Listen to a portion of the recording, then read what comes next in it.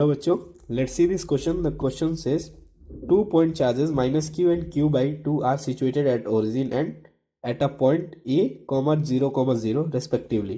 The point along the x-axis where the electric field vanishes is option number A, x is equal to a by root 2, option number B, x is equal to root 2a, and option number C, x is equal to root 2a by root 2 minus 1, and option number D, x is equal to root 2a upon root 2 plus 1. So इस question में हमसे पूछा गया कि दो charges हैं minus Q and Q by 2 के, जो कि एक चार्जेस ओरिजिन पे लोकेटेड है और दूसरा चार्ज एक्स एक्सिस पे ए डिस्टेंस पे लोकेटेड है.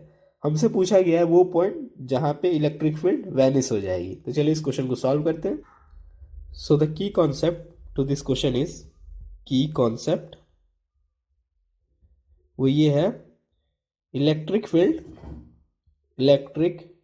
field cancel out each other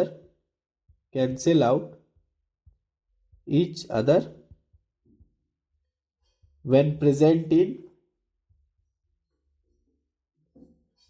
equal magnitude and opposite direction.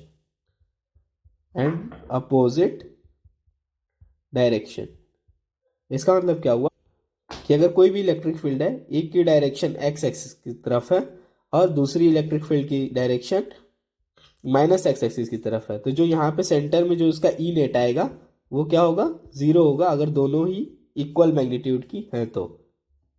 So according to question, e will be equal to k, पहले हम एक माइनस क्यू की वजह से चार्ज रखेंगे, let at a distance x square plus k, ना q by 2 की वजह से x minus a square the remaining distance, and it will be equal to 0. और इन दोनों का जो समेशन होना चाहिए वो 0 होना चाहिए.